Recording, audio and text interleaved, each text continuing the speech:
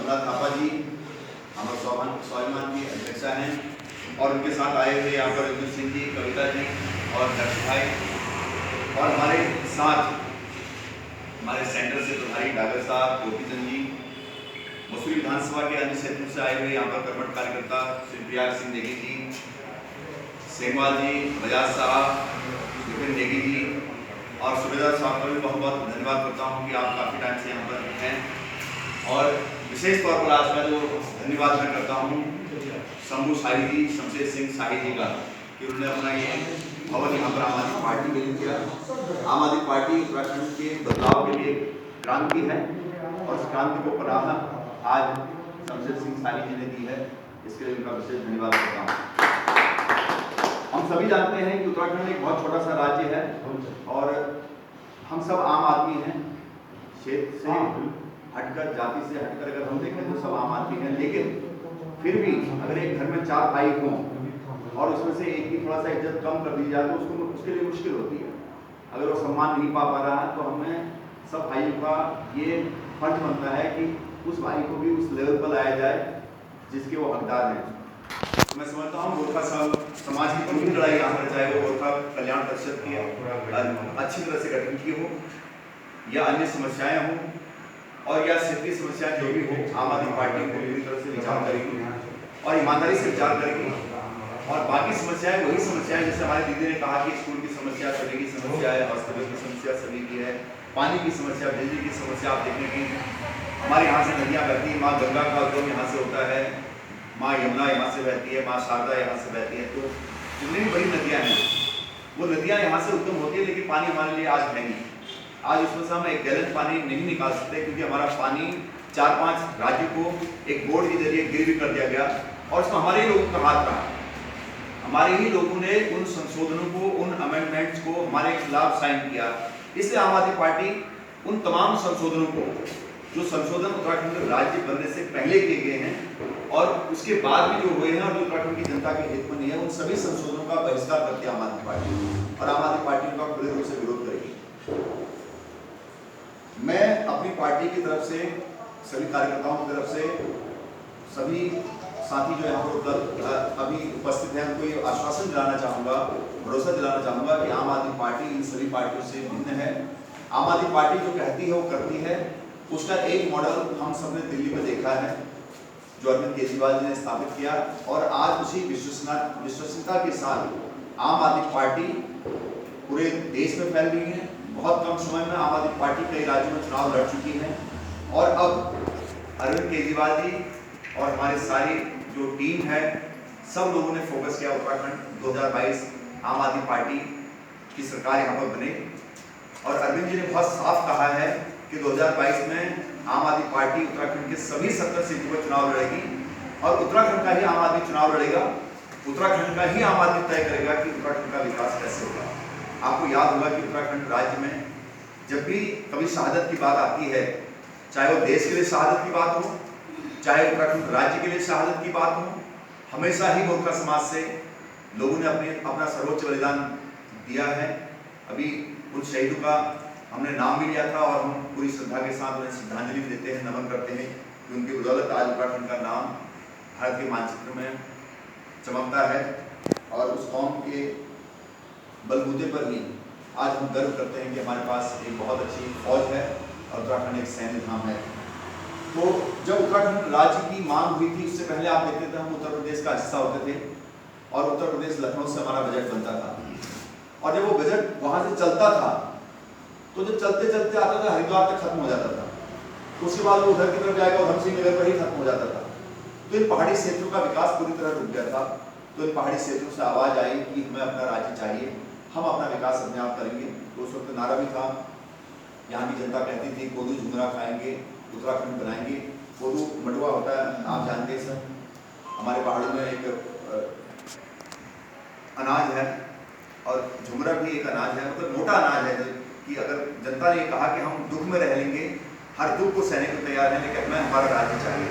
तो उस भावना के साथ, उस अवधारणा के साथ उत्तराखंड राज्य की मांग हुई और लेकिन दुर्भाग्य रहा कि शहीदों का बलिदान, शहीदों ने अपना बलिदान दिया, मातृशक्ति ने अपना योगदान दिया, वृद्ध से लेके बच्चे तक सभी ने उस उत्तराखंड राज्य आंदोलन में हिस्सा लिया। और उत्तराखंड राज्य आंदोलन लगभग वैसा ही रहा जैसे भारत की आज़ादी का संघर्ष था, स्वाधीनता संग्राम था, और उसकी और उत्तराखंड की भूमिका आंदोलन की लगभग एक ही रही, उसी संघर्ष उसी जोश के साथ हमने किया।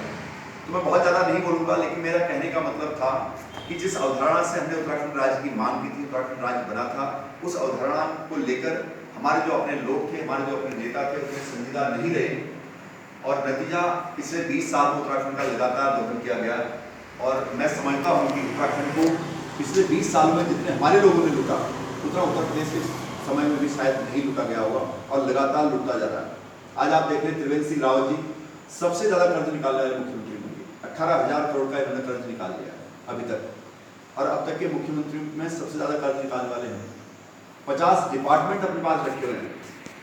हमारे पास आज स्वास्थ्य मंत्री नहीं है, वो भी डिपार्टमेंट नहीं के पास, उसके साथ लगभग 50 डिपार्टमेंट अपने पास उन्होंने रखे हुए हैं।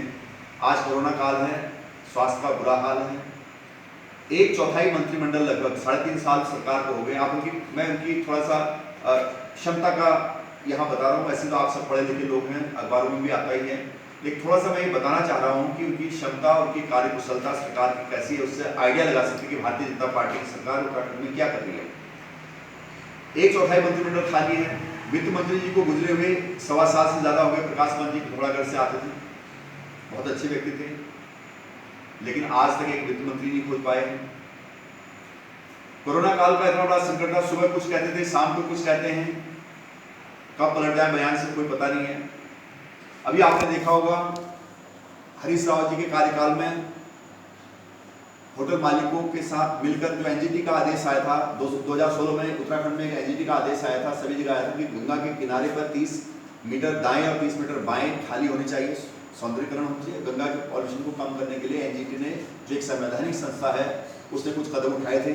उत्तराखंड की सरकार को भी उन्होंने नोटिस दिया था। उस नोटिस का, क्योंकि हमारी यहाँ की सरकार जुगाड़ हो रही है, आपने देखा होगा पिछली बार जब शराब की दुकानों को बचाने की बात आई थी तो कहा, सुप्रीम कोर्ट ने ऑर्डर दिया था कि नेशनल हाईवे में कोई भी शराब की दुकान नहीं रहेगी। तो हमारी सरकार ने जुगाड़ निकाला, उन्होंने कहा हम नाम ही बदल देंगे सड़क का, क्या कर लो क्या। तो जुगाड़ू सरकार है हमारे पास, तो उन्होंने नेशनल हाईवे को स्टेट हाईवे में कन्वर्ट कर दिया, जो राष्ट्रीय राजमार्ग थे वो राज्य राजमार्ग कर दिया। अब उससे नुकसान क्या होता है? उससे नुकसान ये होता है कि नेशनल हाईवे के लिए जो बजट सेंटर से आता है वो फिर आएगा नहीं, उनकी मेंटेनेंस नहीं होगी। आप देखते हैं आज सड़क हमारी पूरी हालत है, लेकिन उनको समझ नहीं आता, उनको रेवेन्यू अपना दिखता शराब से।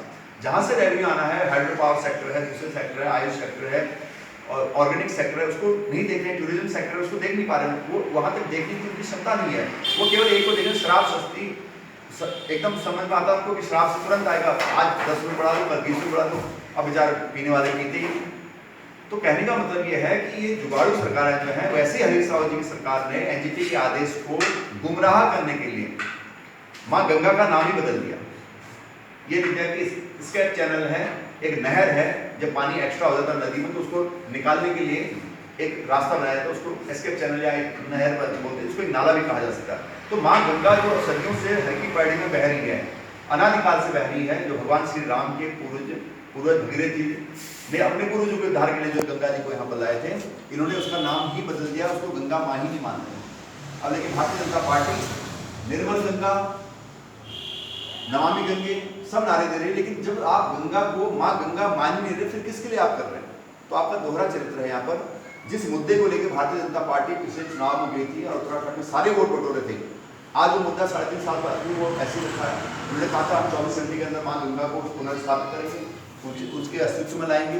आज कुंभ आने वाला है, फरवरी में कुंभ आने वाला, तो हमारे साधु संत समाज जो सनातन धर्म के ध्वजवाहक जो लोग हैं, जिनके हाथ में धर्म ध्वजा है, क्या उस नाले में नहाएंगे? किस आस्था के साथ डुबकी लगाएंगे उसमें?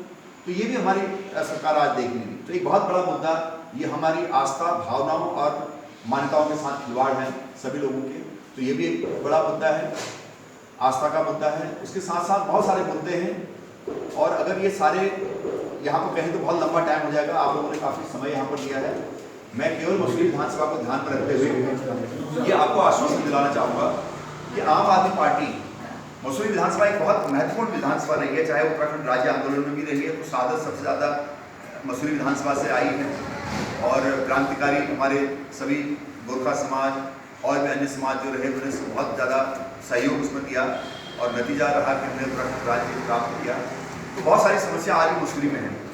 और शमशेर सिंह शाही जी ने, शंभू शाही जी ने एक बहुत बड़ा मुद्दा यहाँ पर उठाया, बहुत छोटा मोटा मुद्दा नहीं, बहुत बड़ा मुद्दा उन्होंने उठाया। 2 करोड़ 7 लाख का की योजना उन्होंने पास यहाँ पर करवाई, 3 गांव के पानी के लिए करवाई, लेकिन दुर्भाग्य से उसका पैसा अभी तक रिलीज नहीं हुआ, योजना आगे कारगर नहीं हो पाई। तो मैं शंभू जी को भी आश्वासन आज देना चाहूँगा कि इसकी कार्रवाई अब कल से ही शुरू हो जाएगी। आम आदमी पार्टी के सभी कार्यकर्ता, चाहे हमारे बिजलवाण जी हैं, इन्होंने जोड़ी गांव में 7 करोड़ की योजना के लिए संघर्ष किया था। हाथी बड़कला से सालावाला 7 करोड़ की परियोजना थी, तो ये 2 करोड़ की परियोजना है, इसके लिए हम संघर्ष करेंगे और हमें उम्मीद है उस संघर्ष में हमारी जीत होगी।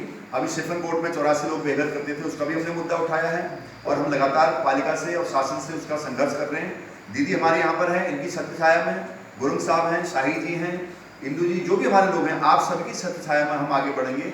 और जो आम आदमी पार्टी का वृक्ष लग रहा है, मुझे उम्मीद है कि आने वाले समय में आप उसको आपके साय में वो पलेगा। और मुझे उम्मीद है कि 2022 के चुनाव में मसूरी विधानसभा से इतिहास रचा जाएगा और मसूरी से ही शुरुआत होगी। तो ज़्यादा न कहते हुए ये हमारी शुरुआत है, क्योंकि हम बहुत ज़्यादा अभी बोलेंगे तो हमारे लिए भी सही नहीं रहेगा। ये शुरुआत है, शुरुआत में कम बोलें, ज़्यादा करें, अच्छा रहेगा। लेकिन मुझे भरोसा है अरविंद केजरीवाल जी अपनी पार्टी पर, जो हमारी कार्यशैली है, जो हमारी सोच है, हमारा जो नज़रिया है, वो सब पार्टियों से अलग है। ये हम गर्व से कहते हैं और इसी भावना के साथ हम सब लोग नौकरी पेशे वाला ही नहीं, कोई राजनीति यहाँ पर नहीं है, लेकिन पिछले 8-10 सालों से संघर्ष करते करते हम भी बहुत समझ गए हैं कि ये राजनीति कैसे चल रही है, कैसे लोग यहाँ पर लूट मचा रहे हैं। उस लूट को हमने खत्म करना है, उन संसाधनों को हमने उस उत्तराखंड के अंतिम व्यक्ति को देना है।